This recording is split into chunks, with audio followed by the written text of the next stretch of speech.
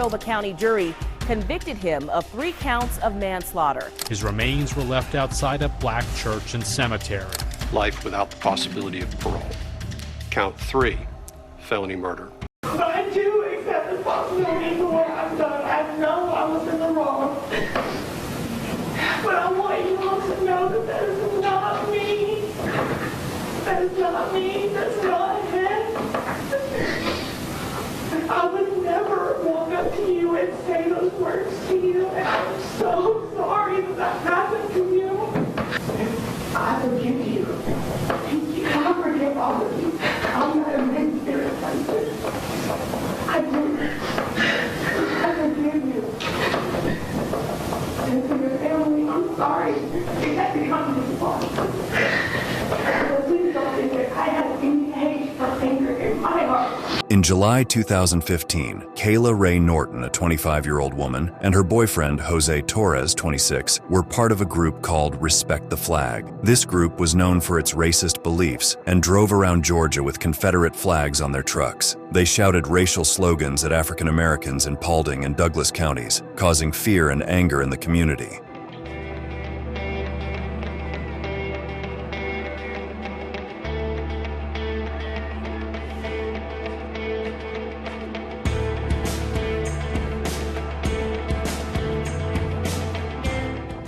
Things took a severe turn when Norton and Torres showed up at a birthday party for an 8-year-old black child in Douglasville. They began yelling racist insults at the partygoers, including children.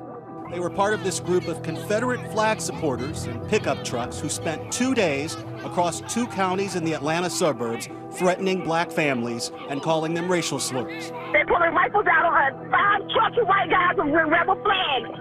This family was throwing a birthday party for a young child and called the police. They got knives and guns, yay!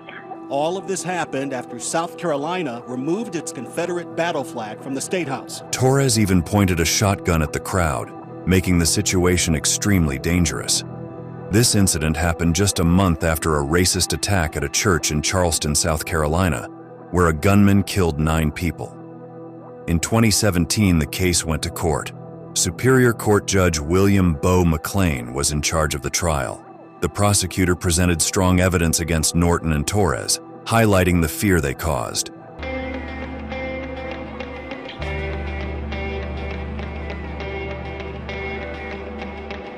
Judge McLean sentenced Norton to 6 years in prison, followed by 9 years of probation.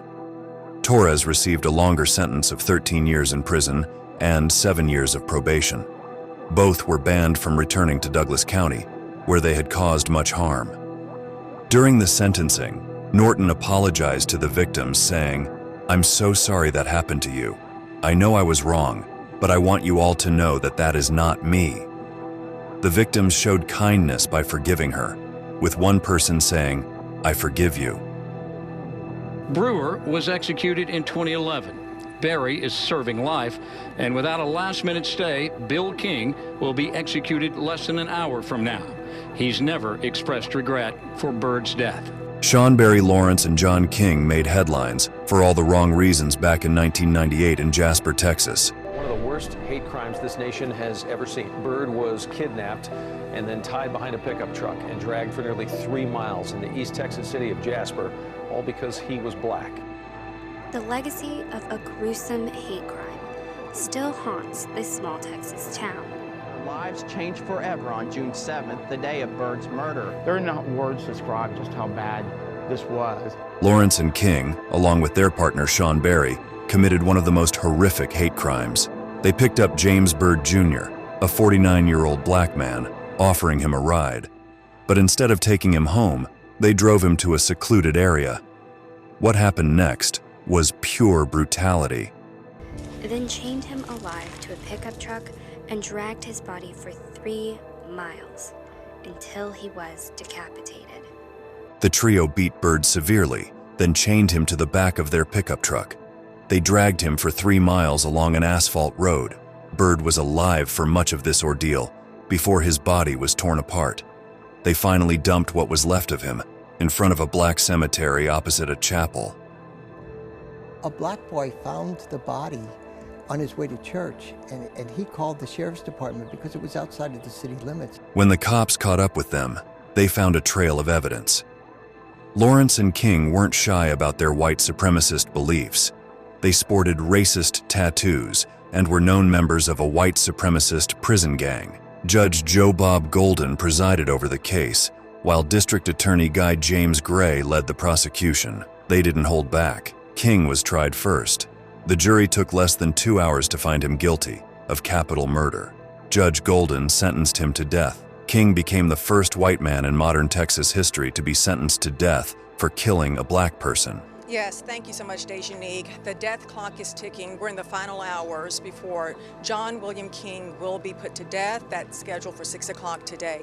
And I'm actually standing right outside the wall unit is where King will be led to his death chamber. Now, it's a story many of us know that we've taken to heart, and I've covered this story for many years. Lawrence's trial came next. He also got the death penalty. The evidence against both men was overwhelming. Prosecutors painted a picture of two unrepentant racists who killed for no reason other than hate.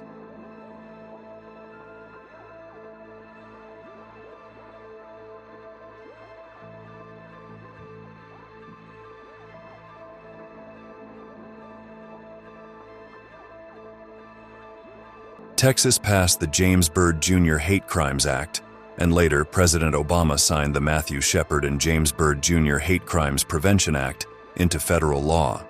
Klan decided to come in. The new Black Panthers decided to come in. Authorities are facing their greatest challenge controlling the situation now, when the Klan is trying to leave the scene and black militia groups are trying to confront them. There were a few people that would almost try to blame Mr. Byrd. No one deserves to die that way. Lawrence and King didn't show much remorse. They maintained their innocence and tried to appeal their sentences, but the courts didn't have it. King was executed in 2019, while Lawrence remains on death row. Go back to Tennessee too. What did I tell you? Go back to Tennessee too.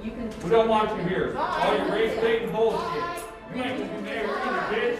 You ain't gonna be mayor either, bitch. You fucking hoe. You fucking hoe. You fucked up my whole city. George Floyd. George Floyd. I should have killed you, bitch. I should have killed your bitch ass. Everybody knows you're alive. Everybody knows you're alive, huh? In May 2017, a tragic incident occurred on a Max light rail train in Portland, Oregon, when Jeremy Christian, a 35-year-old man with white supremacist beliefs, went on a violent rampage. The Max stabbings of May 26, 2017 changed Portland. 2 people died. A third was hurt. He began by yelling racist insults at 2 black teenage girls, one of whom wore a hijab. When 2 men, Ricky Best and Taliesin Namkai Meche, stepped in to protect the girls, Christian attacked them with a knife. Christian fatally stabbed Best, a 53-year-old Army veteran, and Namkai Meche, a 23-year-old college student. He also seriously injured Micah Fletcher, a 21-year-old student who tried to help. Free speech or die, Portland. You got no safe place, liar. You're not the only black person on Max, liar. I'm the news. I'm the news. You want the real news? Why'd you try to go in there then? Because they invited me in. And the man at the center of it all rarely shied away from that spotlight. I'm a white supremacist. Why'd I vote for Bernie Sanders? His name is Jeremy Christian. After the attack, Christian fled the scene, but was quickly arrested by the police. During his arrest, he made disturbing comments, proudly admitting that he committed a hate crime. The evaluation goes into detail about Christian's time in prison. He was convicted for a 2002 armed robbery. Get out if you don't like free speech. The case was trialed in 2020, with Judge Cheryl Albrecht overseeing the proceedings. The prosecutor, Jeff Howes, presented a strong case against Christian, highlighting his violent actions and racist motives. Christian had aimed an angry, racist rant at 2 teen girls, both black, one wearing a hijab. In the report, Christian said he wasn't paying any particular attention to the girls. He did remember pushing one of the victims of the stabbings in the chest. He argued that Christian had planned the attack and was filled with hate. The defense claimed that Christian acted in self-defense, saying he felt threatened by the men who confronted him. After a 4-week trial, The jury deliberated for about 12 hours and found Christian guilty of all charges, including 2 counts of first-degree murder and attempted murder. When the verdict was read, family members of the victims gasped in shock, while Christian showed no visible reaction. Go back to Tennessee too. What do I tell you? Go back to Tennessee too. We don't want you here. All your race baiting bullshit. You ain't gonna be mayor either, bitch. You ain't gonna be mayor either, bitch. You fucking hoe. You fucking hoe. You fucking up my whole city. George Floyd. George Floyd. I should have killed you, bitch. I should have killed you, bitch. Everybody knows you're alive. Everybody knows you're alive, huh? Demetria Hester, a black woman whom Christian had attacked the day before the stabbings, expressed her anger and hurt, saying that he was a waste of breath. In the end, Christian received a life sentence, without the possibility of parole. 41 years to the day after 3 civil rights workers were killed, a Mississippi jury has found Edgar Ray Killen guilty of manslaughter in the case. So it was given, and the jury, in making this decision, having heard the evidence, did not find Mr. Killen guilty of murder, but found him guilty of manslaughter. The jury deliberated on this issue for some time, and if you question their decision, then you are voiding the belief in the jury system. In 1964, 3 civil rights workers were murdered in Mississippi. Edgar Ray Killen, a member of the Ku Klux Klan, was found guilty of orchestrating the killings of James Chaney, Andrew Goodman, and Michael Schwerner. That was the same day Goodman and fellow civil rights workers James Chaney and Mickey Schwerner went missing. These young men were in Mississippi to help register black voters during the Freedom Summer campaign. On June 21, 1964, Chaney, Goodman, and Schwerner were investigating a church fire when they were arrested by local law enforcement.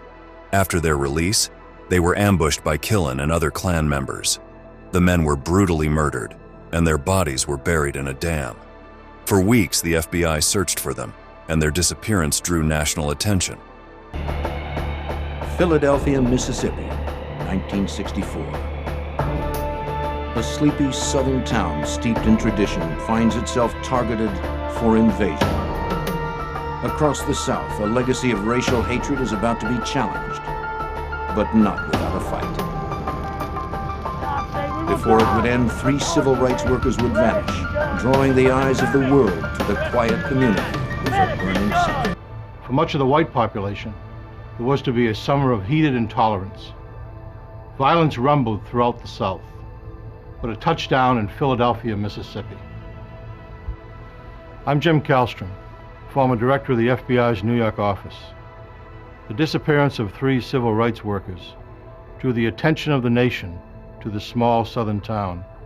In 1967, Killen was tried in federal court along with 18 other men, but the jury could not reach a verdict, leading to a mistrial. For many years, Killen lived free, but the case remained in the public eye. In 2005, after years of pressure to seek justice, Mississippi reopened the case against Killen.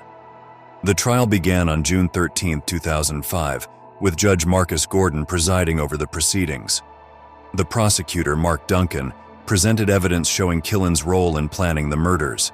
Witnesses testified about Killen's involvement and how he had boasted about the killings. The trial was emotional, as family members of the victims hoped for justice after so many years. The former Ku Klux Klan leader was 80 years old in 2005 when a Neshoba County jury convicted him of 3 counts of manslaughter. It was 41 years after James Chaney, Michael Schwerner, and Andrew Goodman were killed by Klansmen and found in a dam in Neshoba County. The murders were documented in the 1988 movie Mississippi Burning. On June 21, 2005, exactly 41 years after the murders, the jury found Killen guilty of 3 counts of manslaughter. He was sentenced to 60 years in prison, with 20 years for each count to be served consecutively. Many felt that the sentence was too lenient for such a heinous crime. Count 2, felony murder, life without the possibility of parole. Count 3, felony murder, vacated. When I say vacated, it's vacated by operation of law in all cases. I'm not going to repeat it. Count 4, vacated. Count 5, vacated. Count 6 merges into count 2. Count 7, aggravated assault, 20 years consecutive to count 2. Count 8, 10 years concurrent to count 7. Count 9, 5 years concurrent to count 7. That is life plus 20 years. Roddy Bryan, I do want to separate a little bit because the state is making a different recommendation. It all started on a sunny February 2020 in Brunswick, Georgia. Ahmaud Arbery, a 25-year-old black man, was out for a jog. Little did he know, this run would be his last. Greg McMichael, his son Travis, and their neighbor William Bryan decided Arbery looked suspicious. They hopped in their trucks and chased him down. Travis McMichael, armed with a shotgun, confronted Arbery. Seconds later, shots rang out, and Arbery fell. At first, nothing happened. The local authorities didn't charge the men. But then, a video of the shooting leaked online. Suddenly, the whole country was watching, and demands for justice grew loud. One of the men convicted in the death of Ahmaud Arbery has just received a second life sentence this morning on federal hate crime charges related to the case. Travis McMichael, seen here on the left, was sentenced to life in prison plus 10 years after a federal jury found he violated Arbery's civil rights and targeted him because of his race as he was jogging in Georgia 2 years ago. His father, Gregory Michael, and their neighbor, William Bryan, are also set to be sentenced later today on the same federal charges. All three are already serving life sentences in state prison for murdering the 25-year-old. The case landed in the lap of Judge Timothy Walmsley. He didn't mess around. Prosecutor Linda Dunikoski took charge, determined to get justice for Arbery. In the courtroom, Dunikoski painted a clear picture. She argued the McMichaels and Bryan chased Arbery down like prey, assuming he was a criminal with zero evidence. They took the law into their own hands, acting as judge, jury, and executioner.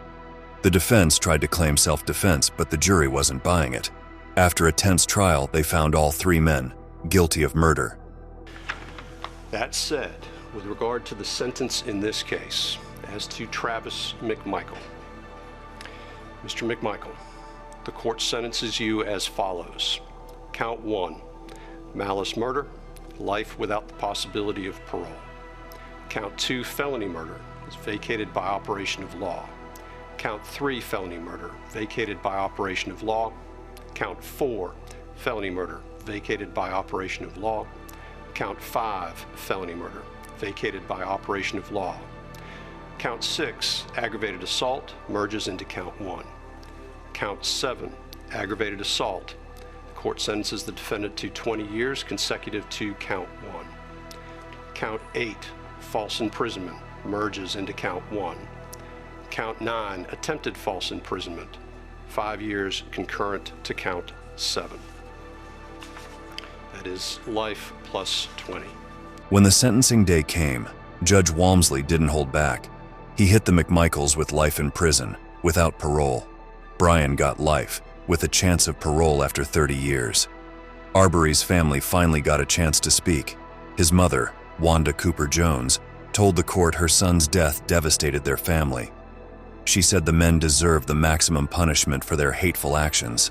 Breaking news now. The man who fatally shot Ahmaud Arbery has been sentenced to life in prison following his conviction on a federal hate crime charge. Travis McMichael was one of three men. The judge agreed. He said the men showed no remorse or justification for their actions. He paused silently for a full minute, representing just a fraction of Arbery's time, running for his life. KKK members face life in prison. Their tough talk fades as they realize the consequences of their hate. Racism has a price and justice catches up with everyone. Stay tuned for more true crime stories.